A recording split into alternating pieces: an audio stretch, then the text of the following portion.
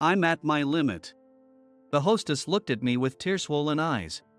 Leave it to me, I said. When I gazed at her, she lowered her eyes and blushed, saying, I've never seen something this magnificent before. I never thought I'd use this again. My heart started pounding as I held the familiar object in my hand. While setting up a tent by the lake and fishing, I heard the sound of an ambulance in the distance. I didn't pay much attention and continued fishing, but the siren kept getting closer.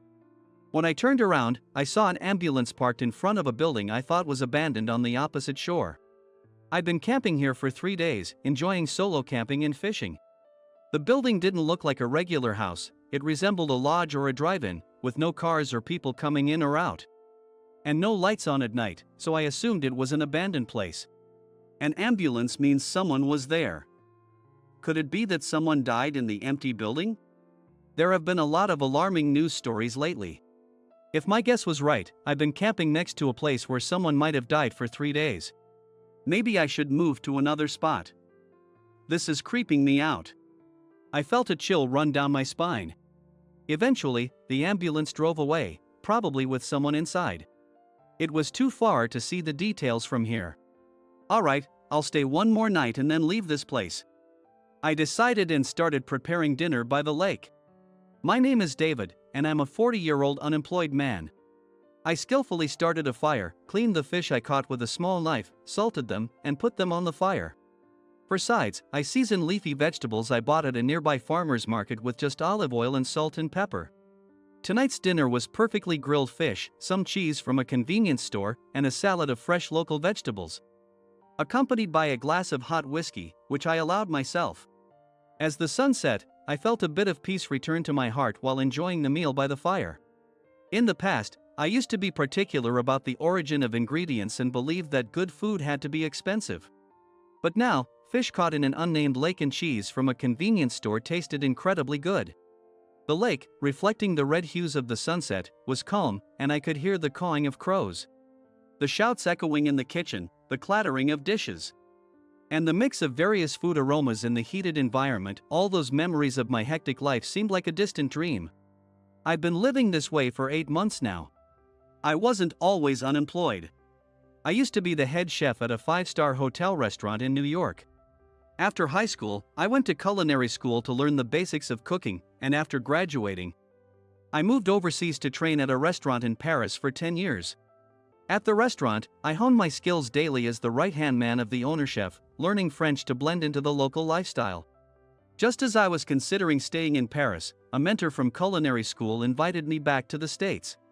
At 30, I was appointed as the head chef at the 5-star hotel restaurant. I wonder why I decided to return. What would my life be like if I had stayed in Paris? I pondered these thoughts while watching the crackling fire. I once dated a French colleague, but we didn't marry. She later married another Frenchman and left the culinary world. If I had stayed in Paris, I might be married and be a father, possibly running my own small restaurant. But the reason I'm in this situation now is entirely my own doing. I realized this only after becoming an unemployed, single middle-aged man. When I ruled the kitchen like a king, I never doubted myself. What am I thinking about now? I should go to bed. I started this wandering lifestyle in early spring. It's now late autumn. The air has become colder in the mornings and evenings, and I'm getting drunk faster than usual tonight. Shivering as I looked at the old building where the ambulance had been, I quickly crawled into my sleeping bag. I woke up to the chirping of birds. The next morning, when I stepped out of the tent, I saw someone at the entrance of that dilapidated building. Looks like a woman. Before leaving, I decided to ask if there were other places nearby where I could set up my tent and fish. I packed up the tent, loaded it into the back of my van, and gathered my belongings. When I visited the building on the other side of the lake, I was surprised. Lakeside Inn, Parker? So, it's an inn. But it looks so run down. Without the sign at the entrance, I would have never guessed it was an inn. Excuse me, is there something you need? While I was looking at the building, a woman, who seemed to have noticed me, approached. Her hair was tied back, and she wore no makeup, but she was beautiful and looked at me with a furrowed brow. I've been camping by the lake for 3 days, and I plan to leave soon.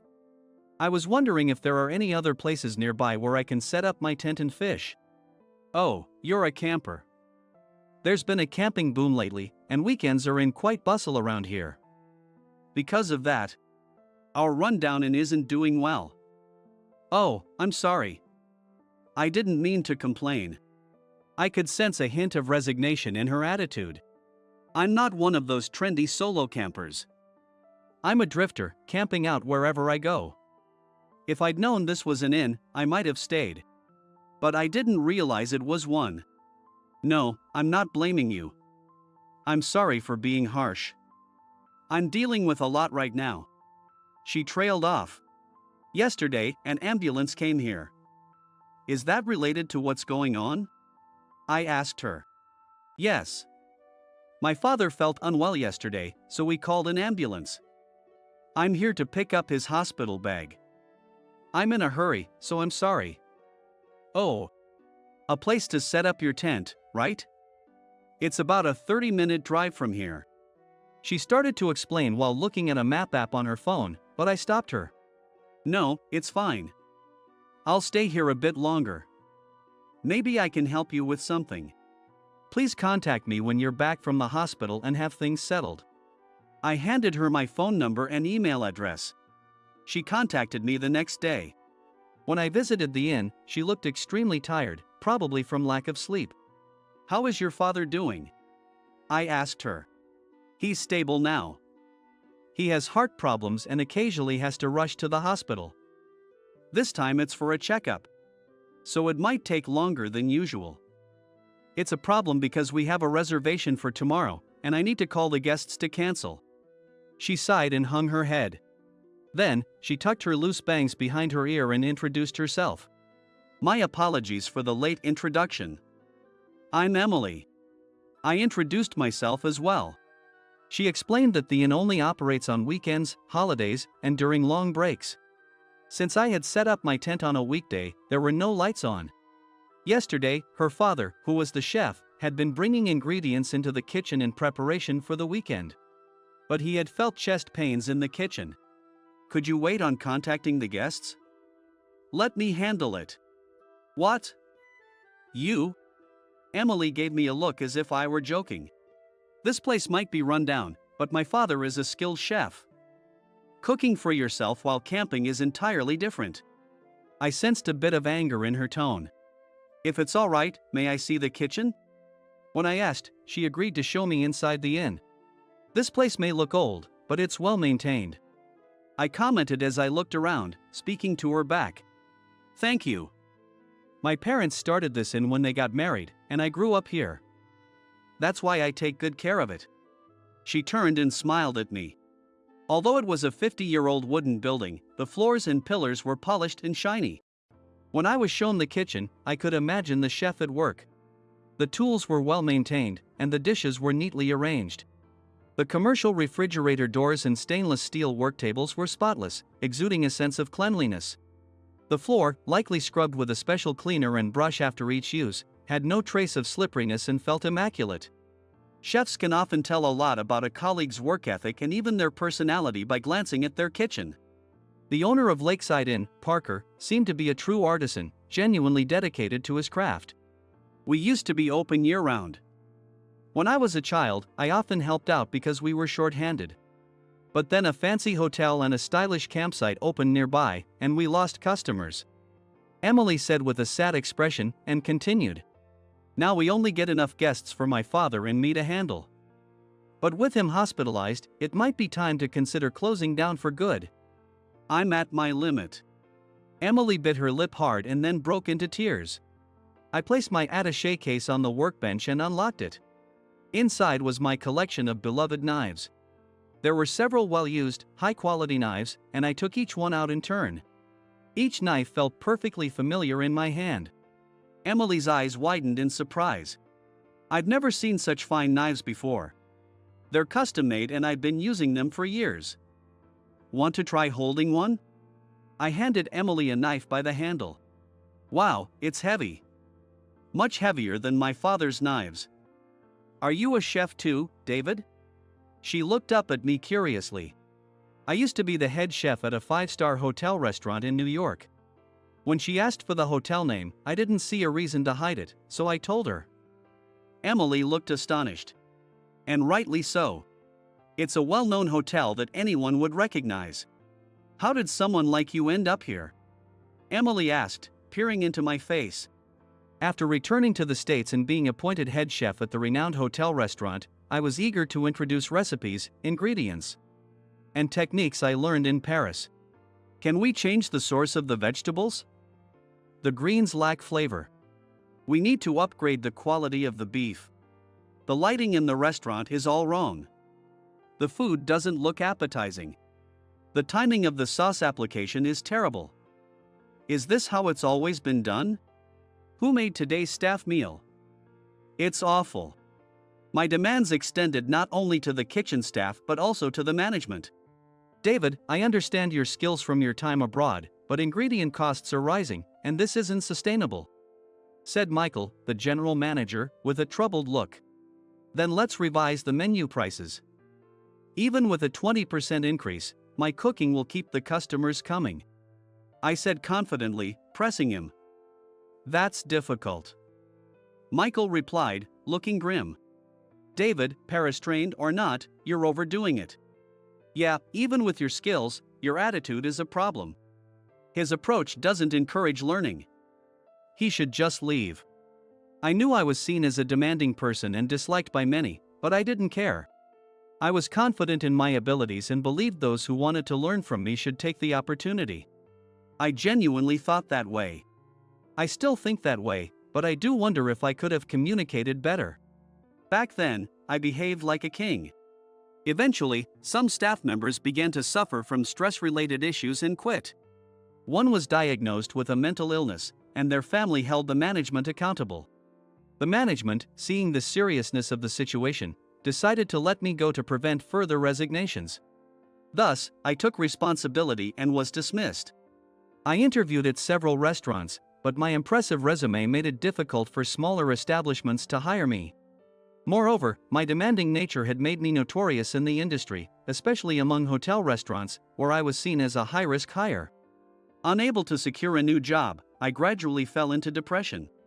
My behavior had spread misery and negatively impacted my life.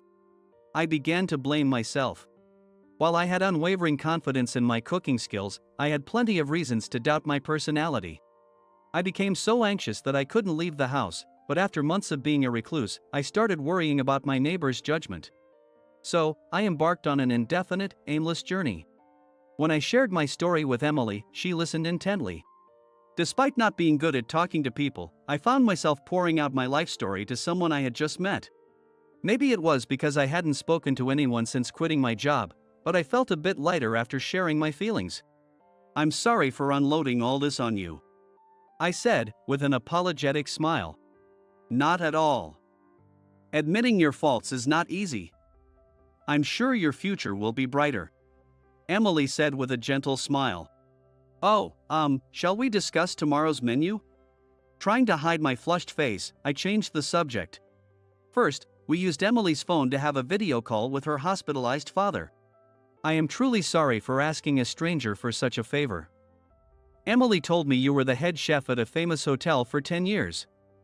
If you don't mind, I'd like you to manage the kitchen until I recover. Please, I'm counting on you, her father said weakly. We immediately started working on the menu. Although there was already a menu plan that Emily's father had prepared, I didn't have the detailed recipes. Given the freedom to make changes, I decided to stick to the plan menu but add French-inspired touches to the dishes. Let me know if there's anything I can help with, Emily said. Can you peel these taro roots? Sure. Together, we prepped and prepared the ingredients. Before we knew it, it was getting dark outside. Aren't you hungry? I'll make something with what we have, I offered. Really? That would be wonderful. I whipped up 2 dishes and a soup with the available ingredients, and we ate in the kitchen. This is delicious. I can't believe you made such amazing food with just the basics. You're the real deal, David. As I watched Emily's joyful reaction, I recalled similar moments from my past. When I worked at the high-end hotel restaurant, I was told countless times, it was delicious. After guests finished their meals, I would visit their tables and receive countless compliments. I felt proud and believed it was only natural for the head chef to get all the compliments from the guests directly, as I thought that I was the one creating the menus and recipes and training the staff. I took it for granted. But now, I realized something. I was just representing the team in front of the guests. Back then, I had a spacious kitchen with the latest equipment, high-end ingredients, and many subordinates. The restaurant had marble floors, expensive plates, and fine wines. Now, here I am, in the small, modest kitchen of an old inn on the brink of closing, sharing a simple meal with Emily. David? What's wrong? Are you not satisfied with the taste? Oh, no, I was just lost in thought, I replied. I found myself thinking about my former subordinates who had worked so hard, especially those who couldn't handle my strictness and ended up leaving. I wondered how they were doing now. Come on, David. We still have some prep to finish. Let's eat quickly, Emily said, snapping me back to reality. You're right.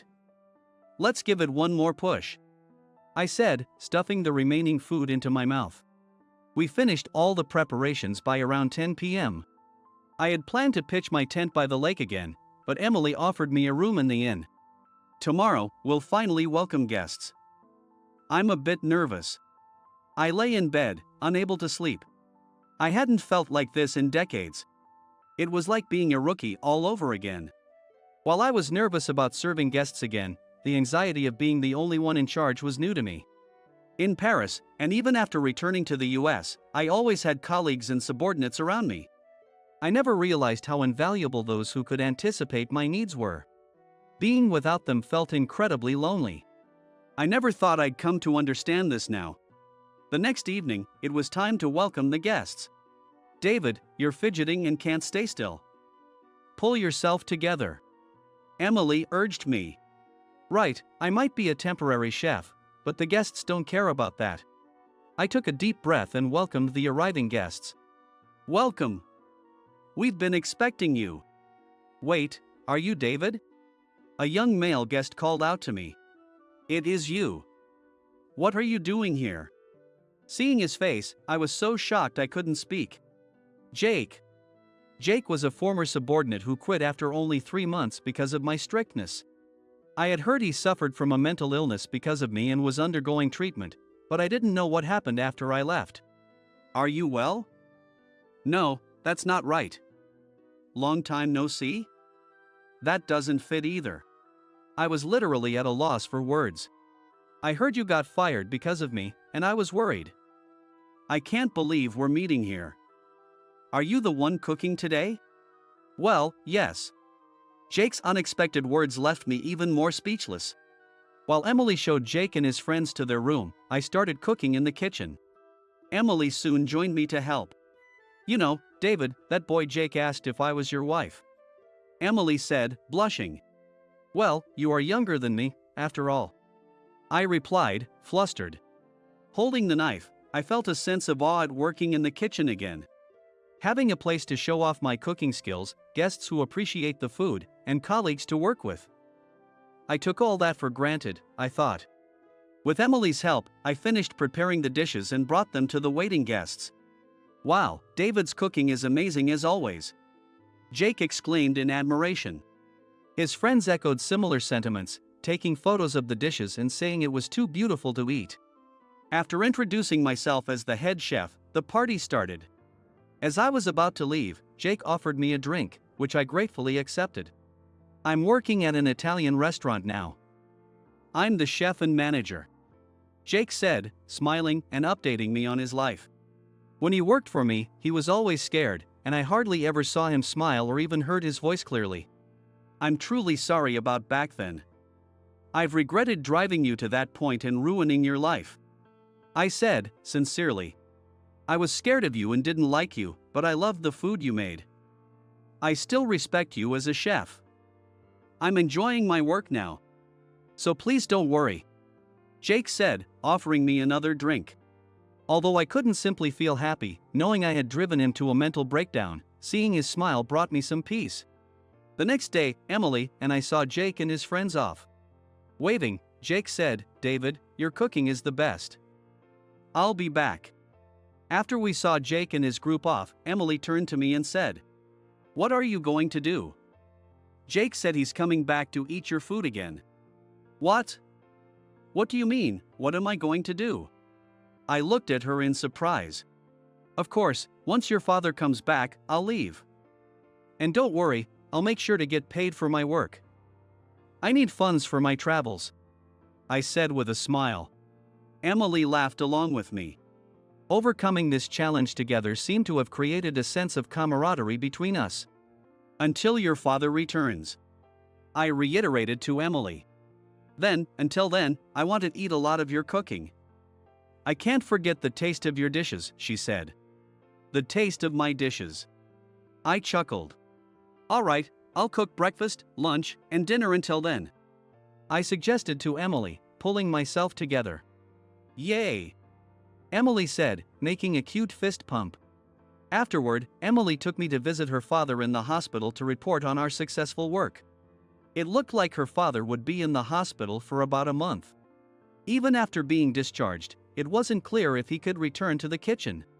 At their request, I agreed to stay at the inn and take charge of the kitchen.